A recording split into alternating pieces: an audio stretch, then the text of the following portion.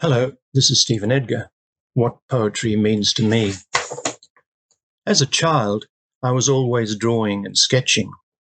If I was going to be an artist of any kind, one might have expected me to become a painter. During adolescence, however, my allegiance switched to literature, to words. For reasons unknown to me, I suddenly became intoxicated by language and the effects, emotions, images it could conjure up. As an adolescent, you don't usually have much life experience, so you don't necessarily have much to actually say, to write about. But you can inhabit and explore this world of words and create, in Auden's phrase, verbal contraptions. And that aspect of poetry has never lost its appeal for me. It remains, as it began, an exciting and fulfilling enterprise to create intricately crafted and constructed verbal artifacts. Hence, perhaps, my commitment to formal poetry. So that is one thing poetry means to me, a way to explore the power and possibilities of language, to mould what Heaney called the erotics of language into elaborate forms, forms which seem, one hopes, both highly wrought and effortless. As you get older, you accumulate experience and begin to acquire subject matter, preoccupations, obsessions even, ways of viewing and interpreting the world, or simply ways of feeling.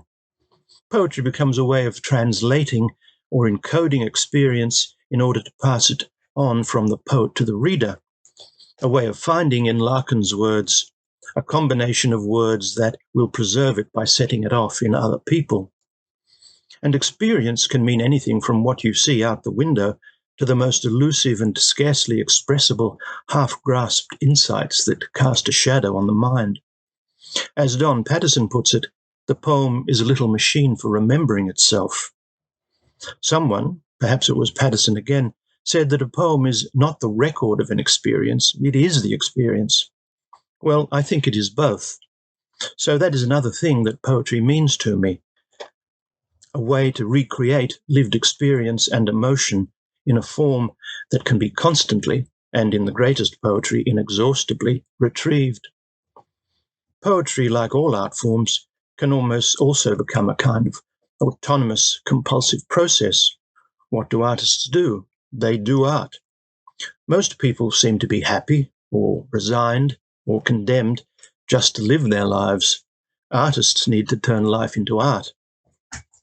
Is this compulsion salubrious, to use a favourite word of Heaney's, or pathological?